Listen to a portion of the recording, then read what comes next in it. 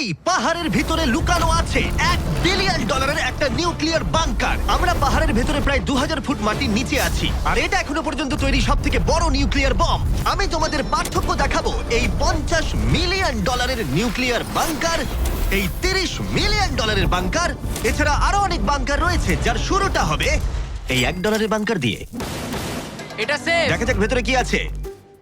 ও ভেতরটা ভিজে। আমি এখন তোমাদের এই বাংকারটা ঘুরে দেখাবো। ট্যুর এখানেই শেষ হলো। এটা এক ধরনের শিপিং কন্টেনার যা মাটির নিচে চাপা পড়ে রয়েছে। এটা এখনই বেঁকে যাচ্ছে। ওরা আমাকে এটার দাম $1 কেন সেটা বলবে। আমি বলতে চাইছি এটা এক্সপ্লোশনের পরেই হয়েছে। তোমার কি মনে হয় এই বাংকারটা বোমটাকে সার্ভাইভ করতে পারবে? না। দেখা যাক তাহলে। বোমটা ফেলো। হ্যাঁ, কি?